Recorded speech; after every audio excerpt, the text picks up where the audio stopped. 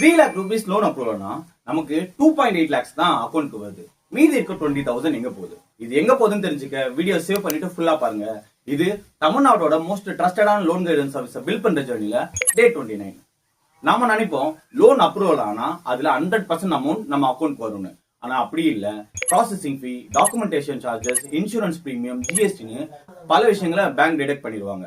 So next time நீங்க loan வாங்குறீங்கன்னா loan amount எவ்வளோ, அதுல லோன் டிஸ்ட்ரிபியூஷன் அமௌண்ட் எவ்வளோன்னு தெரிஞ்சுக்கங்க. இந்த லோன் டிஸ்ட்ரிபியூட் அமௌண்ட் தான் உங்களுக்கு அக்கௌண்ட்க்கு வரக்கூடிய ஆக்சுவல் அமௌண்ட். சோ இது ரெண்டுத்துக்குமான வித்தியாசம் தான் உங்களுடைய சார்ஜஸ். நிறைய பேர் இந்த டிஸ்ட்ரிபியூஷன் சார்ஜஸை நெகோசியேட் பண்ணி கம்மி பண்ணுவாங்க.